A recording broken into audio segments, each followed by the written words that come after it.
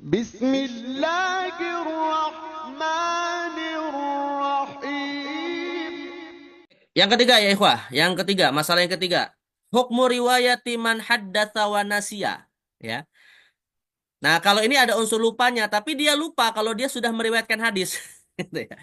Jadi ini hukum bagaimana kita menilai hafalan seseorang yang dulunya mungkin dia pernah meriwayatkan hadis gitu ya. Tapi ketika kita konfirmasi, ya Syekh, Anda pernah nggak meriwayatkan hadis ini gitu kan? Lalu dia bilang, wah saya udah lupa apa saya pernah atau saya kira-kira pernah atau tidak ya meriwayatkan hadis tersebut gitu ya. Padahal ada orang yang kemudian memiliki keyakinan bahwa Syekh tersebut pernah meriwayatkan hadisnya, tapi dia lupa apa yang dia sampaikan ya. Nah, itu yang dimaksud dengan hukmu riwayah man haddatsa wa nasiya. Ya, hukum meriwayatkan hadis dari seseorang yang pernah menyampaikan suatu hadis pada momen tertentu gitu ya, tapi dia kemudian lupa dengan apa yang dia sampaikan. Ya, dengan apa yang dia sampaikan dari hadis tersebut. Apakah kemudian untuk hadis berikutnya itu bisa diterima lagi? Nah, ini bahkan para ulama hadis itu sampai memilah-milah ya. Persoalannya itu sekaligus juga bakal menulis karya-karya yang khusus membahas tentang rawi-rawi yang kayak gini. Nah, pertama nih ya, Syekh Tohan mendefinisikan dulu ya, Ikhwah. Apa sih yang dimaksud dengan riwayah man haddatsa wa nasiya? Apa yang dimaksud dengan meriwayatkan hadis dari seseorang yang dia pernah menyampaikan hadis tapi lupa? Nah, beliau mendefinisikannya ya, Ikhwah. Nih kalau nanti ditanya definisinya apa nih? Wa huwa alla yadhkuru syekh riwayata man haddatsa bihi tilmidhuhu anhu. Alla yadhkur asy-syaikhu riwayata ma haddatsa bihi tilmidhuhu anhu. Yaitu ketika seorang syekh, ketika seorang muhaddits ya, ketika seorang seorang yang meriwayatkan hadis kepada murid-muridnya, dia tidak ingat. Dia tidak ingat terhadap satu riwayat yang pernah diterima oleh siapa? Hah? Oleh Oleh muridnya. tilmidnya, oleh Muridnya. muridnya. Dia lupa nih ya. Tapi kira-kira kalau menurut kalian ya, ikhwas kalian, guru lupa dengan pelajaran yang disampaikan ke muridnya wajar nggak ya? Enggak. Wajar manusia. Itu kalau kalau kita ngomongin di luar hadis ya. Atau misalnya gini, ada seorang guru ya, mungkin nanti kalian mungkin bisa jadi saya pribadi atau dosen-dosen lain ya, menginformasikan kita jadwal ujiannya bulan apa misalnya jadwal UTS-nya nanti misalnya bulan April. Ya, lupa mengadakan ujian tersebut sampai masuk waktu UAS. Tapi masalahnya gini, ustadznya lupa untuk ujian UTS, muridnya nggak ada yang ngingetin. Ya, karena kesempatan bagi muridnya itu malah seneng nggak ada ujian gitu ya. Nah, ini masalah ini ya. Harusnya kan diingatkan ini ya. Nah, tapi ya tadi saya katakan, nah, namanya manusia wajar saat dia lupa gitu ya. Tapi yang jadi masalah ini kita tidak ngomongin lupa dalam perkara-perkara yang mungkin hal yang simpel gitu ya. Tapi ini masalahnya lupa dari sisi hadis ya. Yang mana hadis itu kan suatu amanah ya, suatu beban yang tidak boleh diabaikan, tidak boleh dilupakan. Jadi seperti hafalan Quran lah ya. Sebenarnya kita juga harusnya introspeksi ketika pernah hafal Quran tapi lupa dengan hafalan kita. Itu kan juga sebenarnya satu kesalahan ya. Nah, jadi Al-Quran atau hadis Nabi itu sesuatu yang jangan dilupakan kalau bisa ya. Nah, maka ketika kita mendapati seorang syekh, seorang muhaddits ya, seorang periwayat hadis yang dia kadang lupa dengan apa yang dia sampaikan, apa hukumnya ya? Nah, ini hukmu riwayati ada dua pendapat ya, Ikhwah. Ada dua pendapat. Pendapat yang pertama mengatakan riwayat hadisnya arrot. Nah, arrot itu apa artinya? Diterima atau ditolak? Hmm? Ditolak. Nah, ditolak. Tapi dengan syarat. Ya, hadisnya ditolak dengan syarat. Innafahu nafyan jaziman. Jika memang dia menafikan pernah meriwayatkan hadis itu secara pasti. Ya, bi anqol seperti dia misalnya mengatakan, ma rawaituhu. Aku tidak pernah meriwayatkan hadis itu.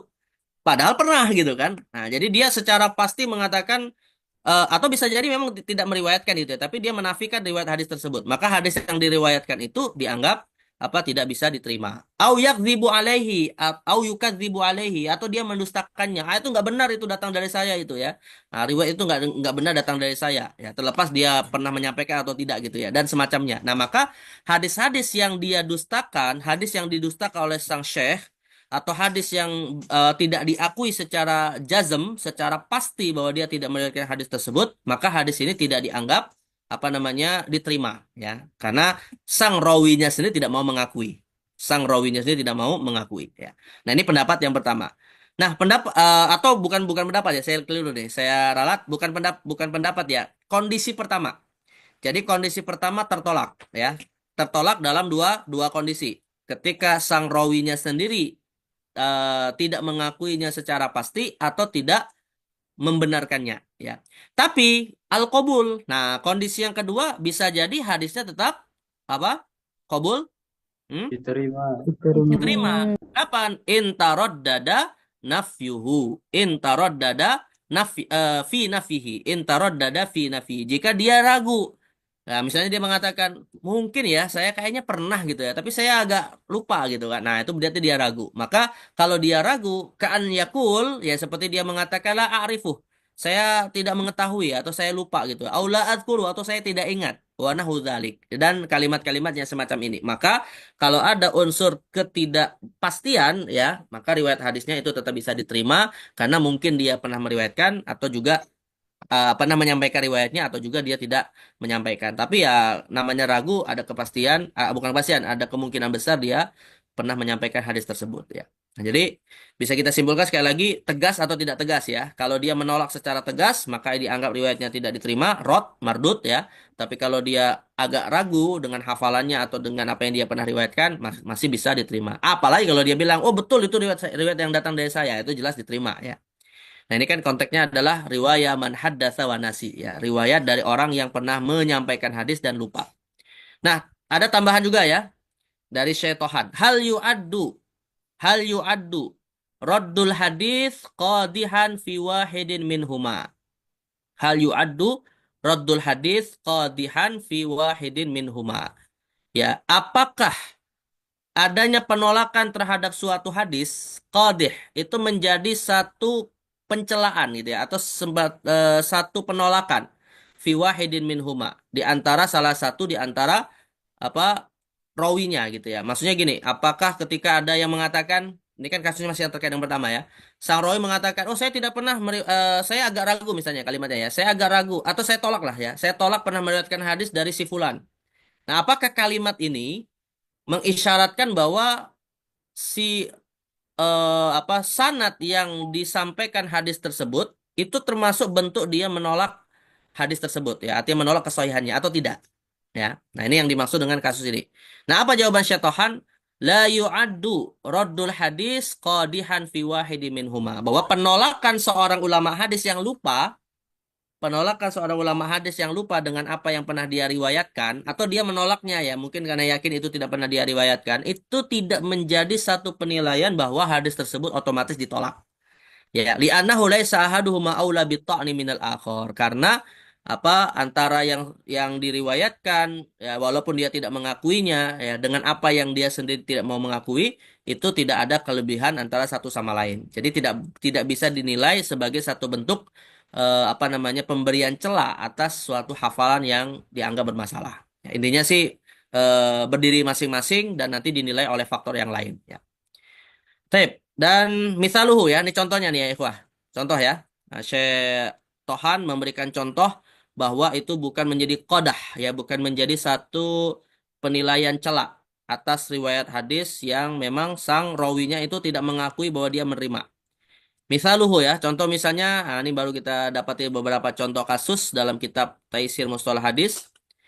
Marwahu Abu Dawud, apa yang diriwayatkan oleh Imam Abu Dawud ya fi sunanihi, wa Tirmizi, wa Ibnu Majah min riwayati Rabi'ah ibn Abi Abdurrahman. Ya, nah ini jadi hadisnya diriwayatkan, artinya tiga ulama hadis ini sanad mereka yang yang mereka terima hadisnya dari eh, para perawi di atas Abu Daud, Tirmizi, Ibnu Majah ini ya adalah Rabi'ah ibn Abi Abdurrahman. Yang mana Rabi'ah ini meriwayatkan hadis dari Suhail ibn Abi Saleh. Ya, lalu kemudian Suhail meriwayatkan hadis dari ayahnya. Siapa ayahnya ya, ikhwah? Hmm? Siapa nama ayah Suhail ini? An Abihi. Siapa? Nah, Abi Saleh. Abu Saleh ya. Nah, Abu Saleh kemudian meriwayatkan dari siapa? Sahabat yang bernama Abu Hurairah ya. Jadi hadis ini riwayat Rabi'ah an Suhail an Abi Saleh an Abi Hurairah. Ada 4 tobakot ya. Ada 4 tingkatan sampai diterima oleh para ulama-ulama yang menghimpun hadis-hadis Nabi SAW ya. Rabi'ah, Suhail, Abi Saleh, Abi Hurairah ya. Anna Rasulullah sallallahu alaihi wasallam qada bil yamini ma'asyahid. Bahwa Nabi SAW memutuskan suatu perkara hukum ya, memutuskan suatu perkara hukum kalau tidak ada pembuktian secara real gitu ya, bisa dengan apa? Dengan adanya satu saksi yang ma'al yamin, bil yamin ma'asyahid. Apa ya yamin itu ya ikhwah, artinya? Al yamin. Hmm? Ma mana al yamin? yang bersumpah.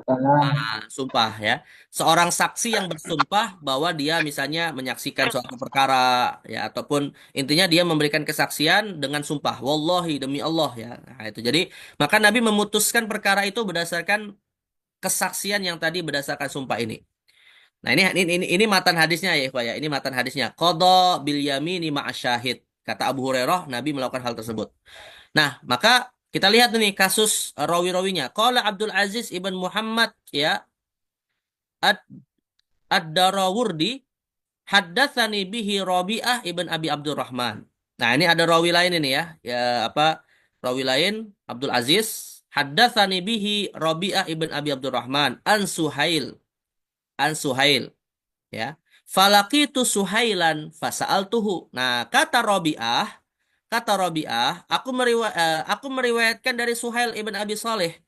Tapi ketika aku bertemu dengan Suhail, yang aku tadi mendengar hadis qadha Nabi bil yamini ma'asyahid, fasa'altu anhu, aku bertanya kepadanya tentang hadis qadha Nabi SAW bil yamini ma'asyahid.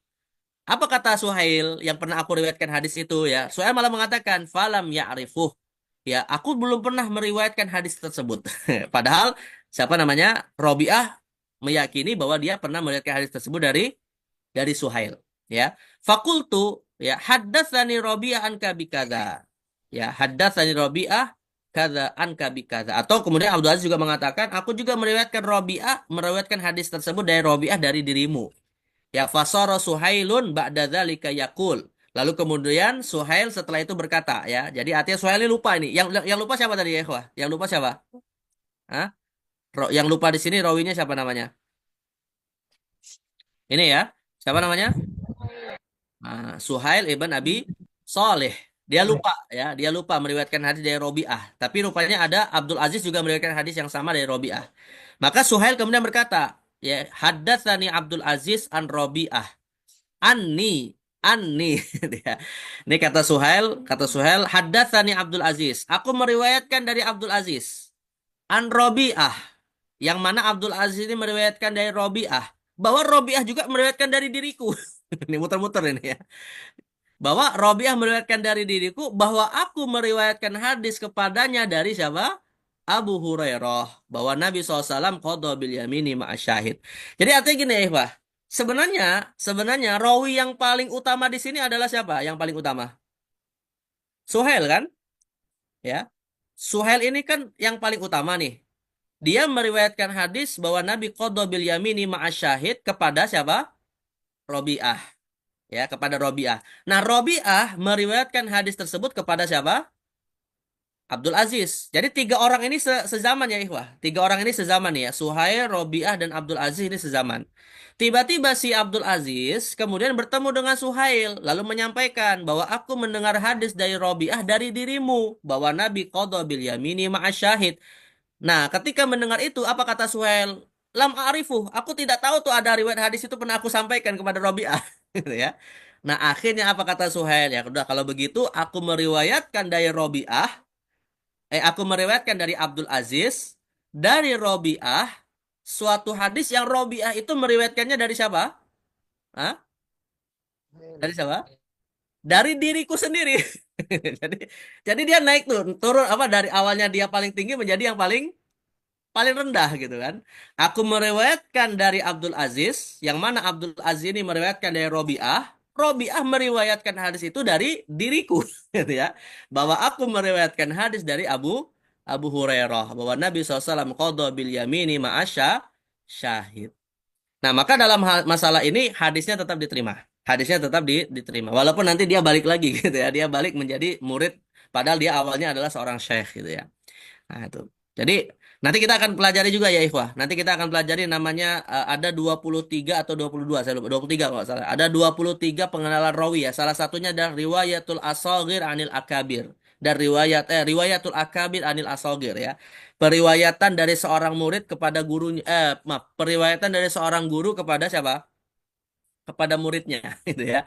Jadi bisa jadi nih ada seorang guru malah meriwayatkan hadis dari tobako atau tingkatan di bawahnya gitu ya. Ini contoh seperti kasus Suhail yang pernah meriwayatkan hadis kepada Robi'ah tapi malah dibalik dia meriwayatkan hadis dari apa namanya dari apa yang ada di bawah Robi'ah ya. Nah, tapi ini satu contoh kasus bahwa Syekh Tohan ingin memberikan semacam penegasan bahwa ini satu kasus bahwa ini tidak ditolak hadis seperti ini ya. Hadis seperti ini tidak ditolak ya. Kenapa? Karena ya ketika dia tidak mengakui, ujung-ujungnya dia mengakui juga ya, menunjukkan bahwa dia menerima hadis tersebut. Taib. Dan terakhir ya ikhwah ya, Asyharul Musannafat fihi. Asyharul Musannafat fihi ya, salah satu karya ulama yang menulis tentang atau mengumpulkan salah satu ulama yang mengumpulkan berbagai macam riwayat-riwayat hadis dari seorang syekh yang lupa dengan riwayatnya ya. Jadi kreatif nih ulama kita nih ya, Ikhwah. Ya, ulama kita nih kreatif ya, bahkan sampai dibuat jadi satu kitab ya. Siapa itu? Kitab Akhbar Man Haddatsa wa Nasiya. Nama kitabnya Akhbar Man Haddatsa wa Nasiya. Ya, riwayat-riwayat hadis, kabar-kabar hadis yang diriwayatkan dari seorang syekh yang awalnya dia menyampaikan hadisnya tapi dia lupa. Karangan siapa ini? Nah, siapa yang bisa baca nih? Manil Katib, Manil Mu'alif.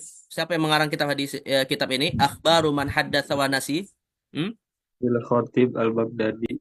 Imam Al-Khatib Al-Baghdadi ya. Imam Al-Khatib Al-Baghdadi seorang mu'alif yang produktif sekali ya. Beliau ini banyak sekali menulis karya-karya kitab ya.